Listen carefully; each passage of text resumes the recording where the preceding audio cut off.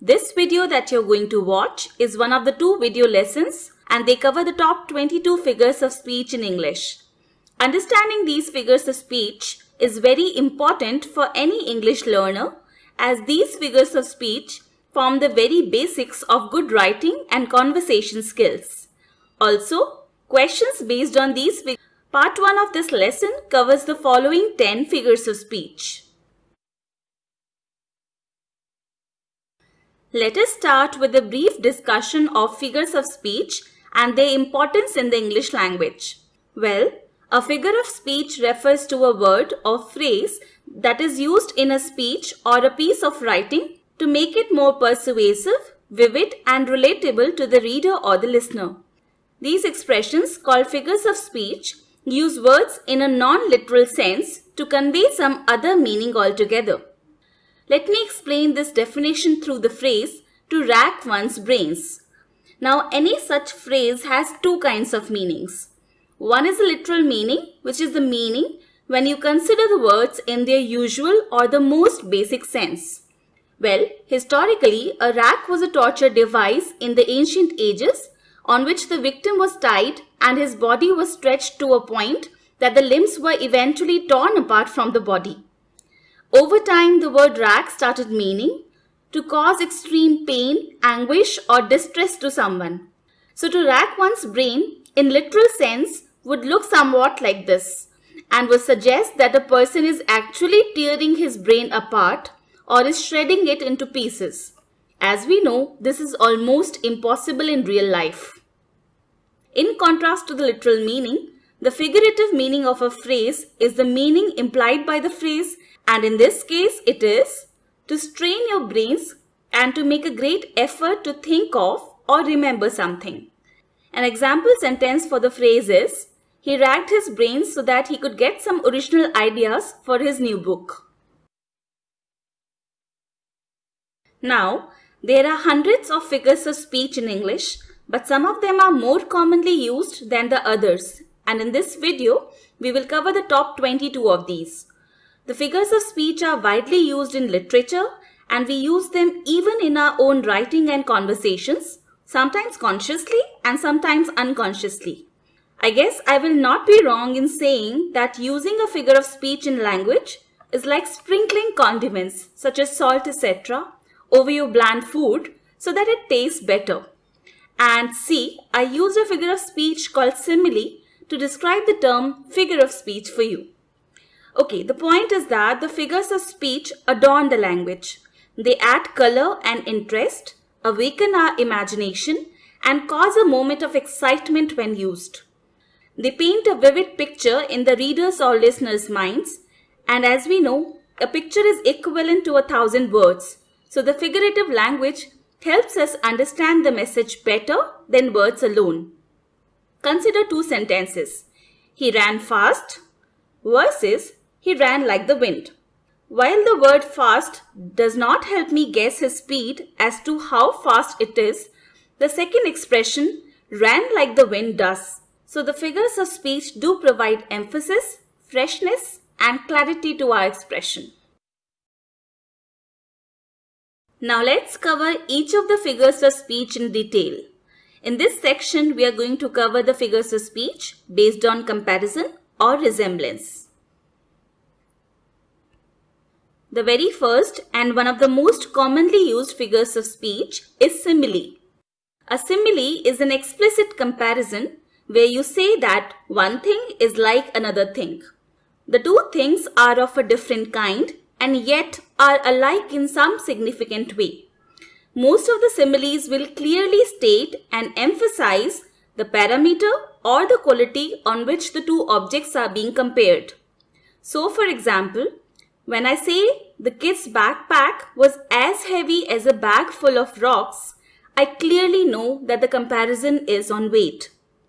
Another way of saying the same sentence is, the kid's backpack seemed like a bag full of rocks. Structure-wise, it is still a simile, but we will have to think a bit to conclude that they are comparing the 2 items to emphasize weight. As you can see, similes are introduced by the words like or as. There are two common patterns that similes follow. The first pattern is a verb plus liker plus noun. For example, the moon shone bright like a diamond in the night sky. We are comparing moon and the diamond on the verb, which is an action word, shine. And he eats like a pig. We are comparing someone's eating habits to that of the pig. The second pattern is as plus adjective plus as plus noun. For example, the girl's eyes were as black as coal. In this sentence, we are comparing the girl's eyes to coal on the adjective or the quality black. Another example of the pattern is he was as big as a giant. Our second figure of speech is a metaphor. A metaphor is a word or phrase for one thing that is used in place of another thing in order to show or suggest that they are similar. In a metaphor, we say that object 1 is object 2. So, it is an implied comparison. The quality or the parameter on which the two objects are being compared is not explicitly stated in a metaphor. So, we will have to think how the two could be similar and then infer the meaning of the metaphor. For example, we often say that life is one big roller coaster ride. In this sentence, life is being compared to a roller coaster ride, and when we think of a roller coaster ride, we think of the twists and turns, the crests and the troughs, the accelerations and the smooth sailing moments. And we relate the same experience to life in terms of the various ups and downs, the exciting and the boring moments, etc. On a lighter note, while a person is on the roller coaster, it is up to him to scream or to enjoy the ride. As a figure of speech, metaphors are extremely valuable in making an abstract idea such as life clearer by associating the idea with something concrete such as a roller coaster that relates to one or more of the senses. Other examples of a metaphor are to climb up the success ladder. Again, success is an abstract thing, so by comparing it to a ladder in the form of a metaphor, we can imply gradual progression, difficulties involved in reaching the top, etc. And of course, we are making the description more vivid and interesting. Talking of careers and success, one metaphor that I have seen frequently being used is that of the glass ceiling. As we know, ceiling means a roof. The phrase glass ceiling can be used in sentences like, in the corporate world, women often find it difficult to break through the glass ceiling. Now, there is no glass ceiling to break in literal sense, but the phrase helps us imagine the much talked about barrier of personal or professional constraints which prevents women from making it to top management positions in corporations. Since similes and metaphors both involve comparison of unlike things, one useful tip that will help you tell one from the other is, a simile uses the word like or as, while a metaphor does not. Sometimes the same message can be conveyed using a simile or using a metaphor. So when I say, in the battle, he fought bravely like a lion, I am using a simile. While in the sentence, he was a lion in the battle, I am using a metaphor. In saying that, at office, she was as busy as a bee, handling several tasks at once. I used a simile. But if I say, the secretary was a busy bee, flitting around the office and handling several tasks at once, I used a metaphor. Our third figure of speech is personification. This figure can be called a type of metaphor because in personification, we represent an inanimate object or an abstract idea as a person and give it human traits. In literature and in poetry, we often come across instances where inanimate objects such as the sun, the moon, the stars, the earth and the rivers, etc. are personified. For example, when we say that the sun stretched his golden arms and greeted everyone with his kind smile, we are representing it as a person and talking about it in terms of human characteristics like stretching his arms, having a smile, etc. Similarly, when the famous poet William Wordsworth described the trees as fluttering and dancing in the breeze in his poem The Daffodils, an image like the one you see here springs up in the reader's minds as if trees, represented in human form, were dancing. Sometimes we personify an abstract idea such as justice. In courtroom dramas, one can often see a personification of justice as a woman with her eyes covered and balancing the scales. Though the blindfold represents the objectivity and impartiality in meting out justice, people often say that justice is blind and sometimes deaf whenever there are irregularities in the process. The fourth figure of speech, an apostrophe, takes personification one step forward, in the sense that we not only represent an object or an idea as a person, but also speak to it or address it directly as if it were present there and was capable of understanding our feelings. The best example of an apostrophe is the nursery rhyme, "Twinkle, twinkle, little star, how I wonder what you are," in which a kid is talking to a star. In an apostrophe, one can also address a non-existent or an absent person at the scene.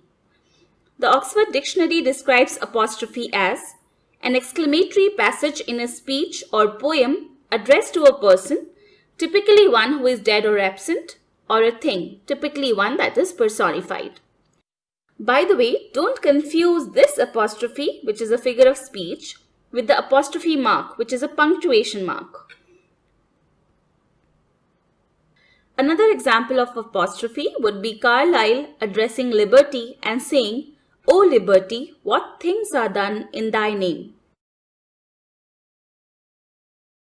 Next, we move on to the figures of speech based on association. In this type, we don't compare the two objects, but rather talk about one object in terms of another, which is known to be associated with the first one. The most common figure of speech of this type is metonymy. Metonymy is the substitution of the name of an attribute or adjunct for that of the thing meant. The best example that comes to my mind for metonymy is the popular saying, "The pen is mightier than the sword." The words pen and sword here are metonymy. The pen is a symbol of written words, while the sword is a symbol of military power and bloodshed. So when one says, "The pen is mightier than the sword," the implied meaning is, written words are more effective than a military power or bloodshed. This fact is well acknowledged because we know that great writers have been thought leaders and have inspired revolutions. Besides, written words can evoke a whole range of emotions such as love, hatred, sympathy, etc., and can help build the personality and character of many a people. Military power, on the other hand, when demonstrated through wars, inflicts injury and suffering and causes loss of life. Other common examples of metonymy would be the use of the word crown for the power of a king or monarch. Easy to understand because a crown is normally worn by kings or queens and hence is associated with the power of a king or queen. An example sentence is, "The Crown has granted amnesty to all prisoners charged with minor offences." A similar example would be that of the White House. The White House is where the President of the United States lives and runs the USA from. So the White House stands for the power or authority vested in the White House. An example sentence would be, "The White House has decided to crack down on the terrorists." One very good example of metonymy is the expression red tape. The red tape has been used for about 2 centuries now to bind official and legal documents. The term has thus come to stand for excessive bureaucracy or adherence to official rules and formalities, such as unnecessary paperwork. The term has a negative connotation and can be used in sentences like these. As a country, we need to cut through the red tape and bring efficiencies in the system if we want to attract investments and achieve good growth rates. As the last example for metonymy, we can use an author's name to represent the works of that author. So if I say that Roald Dahl is read by people of all age groups, now you can't read a person, right? Especially someone who is deceased. So the implied meaning is, the books written by Roald Dahl, such as Charlie and the Chocolate Factory, The Big Friendly Giant, Matilda, etc., are read by people of all ages. Next figure of speech is synecdoche, which is often confused with metonymy. Synecdoche is a figure of speech in which a part is made to represent the whole or vice versa. For example, we can use the term a set of wheels to refer to a car of which the wheels are just a part. And in saying that, I bought myself a new set of wheels to travel to work every day, it is well understood that we are referring to a car. Now let's talk about the difference between a metonymy and a synecdoche. Synecdoche refers to the whole of a thing by the name of any one of its parts. So we saw that calling a car a set of wheels is a synecdoche because a part of a car, wheels, stands for the whole car. However, in metonymy, the word we use to describe another thing is closely linked to that particular thing as an adjunct, but is not necessarily a part of it. For example, recall that we had discussed the word crown that refers to power or authority is a metonymy used to replace the word king or queen. In metonymy, just like we can use a part to represent a whole, we can also use the whole to represent a part of it. For example, we can use a country name to represent any sports team of that country. Like if I say India won the ICC World Cup in 2011, it is understood that the Indian national cricket team won the World Cup. Similarly, we can use the term hands or helping hands to refer to a person who helps or assists you in some work. So my advice to homemakers is, if you feel tired doing the mundane chores of your house every day, you can perhaps hire some extra hands for help. Next, we will move on to the figures of speech based on sound.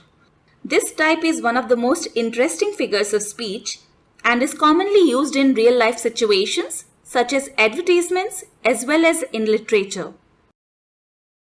The first of these is onomatopoeia. Onomatopoeia refers to the formation of a word from a sound associated with what is named. Like if I say the buzz of the bees and the hiss of the snakes, the words buzz and hiss actually imitate or copy the actual sound made by the bee or the snake respectively. And there is a whole range of animal sounds named that way. For instance, the woof of the dogs and the quack of the ducks, the moo of the cow and the oink oink of the pigs. The list does not stop there. Not only animals, there are many other real-life instances of such sounds.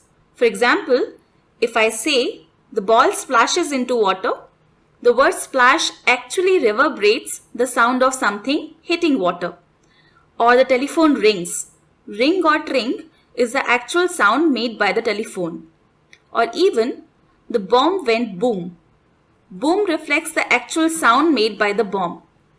And a horn goes beep beep, again an actual sound.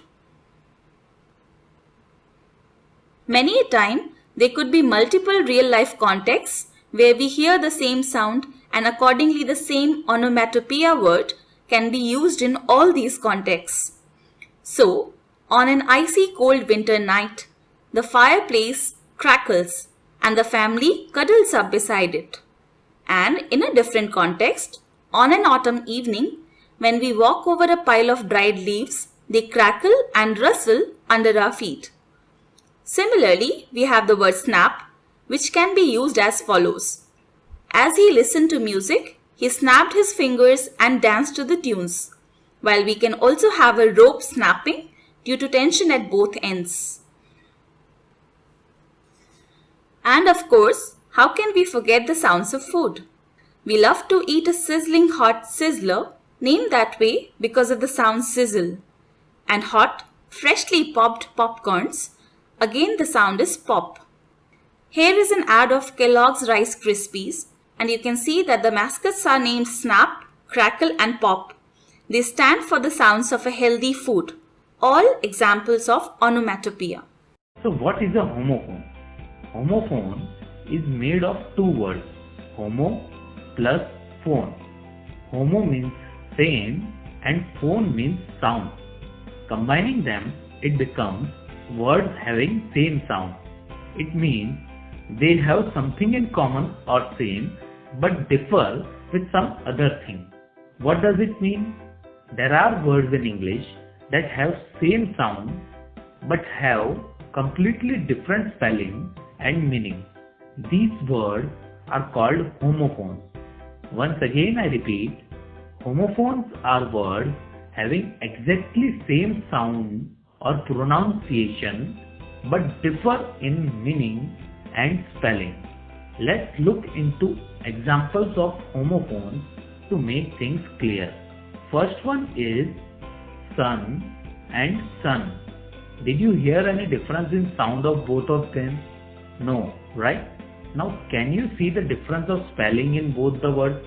Yes, one is S-O-N sun and the other one is S-U-N sun. And both of them have completely different meaning.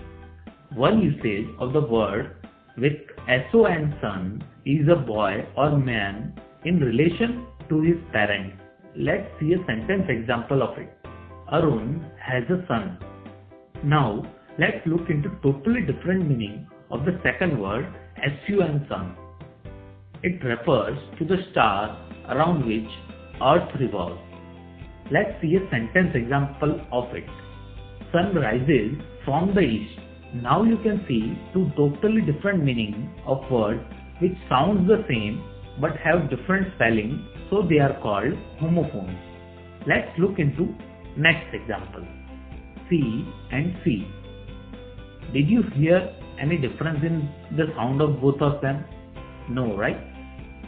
Now can you see the difference of spelling in both the words? Yes. One is S-E-E and second one is S-E-A, and both of them have completely different meaning.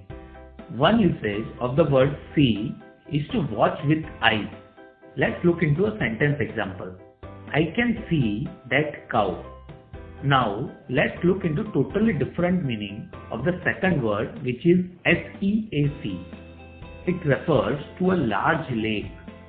Let's see a sentence example of it. He lives near the sea. Now you can see two totally different meaning of words which sounds the same but have different spelling, so they are called homophones. Let's look into next example. Plane and plane. Again, there is no difference of sound in both of them, but they differ in meaning and spelling. One meaning of the word plane is simple or basic in structure. Let's see a sentence example. It was a plain room. Now let's look into totally different meaning of the second word. It refers to a mode of transport via air. Sentence example is he went to Kashmir via plane. So these words are called homophones. Let's look into next example. Tea and tea. Again, there is no difference of sound, but they differ in spelling and meaning. The word peace is used when we have freedom from disturbance. Chavi's mind was in complete peace after meditation. Now let's look into totally different meaning of the second word. It refers to a portion of an object. Sentence example is he gave me a small piece of cheese. Now we can see two totally different meaning of the word which sound the same. Let's look into one more example of homophones to make things even clear. 8 and 8. The word with EIGHT 8 refers to a number. Sentence example is, he got 8 out of 10 marks in a test. Now let's look into totally different meaning of the second word. It is the past form of the verb eat. Sentence example is, Sanjay ate all the chocolates yesterday. Now you can see two totally different meanings of words which sound the same, and so they are called homophone. Now we have seen 5 words having same pronunciation but differ in spelling and meaning. That is 5 homophones. I am now giving you 5 homophones and I want you to help me find out different meanings of this word. The words are due and due, fair and fair, maize and maize, weather and weather, and ring and ring.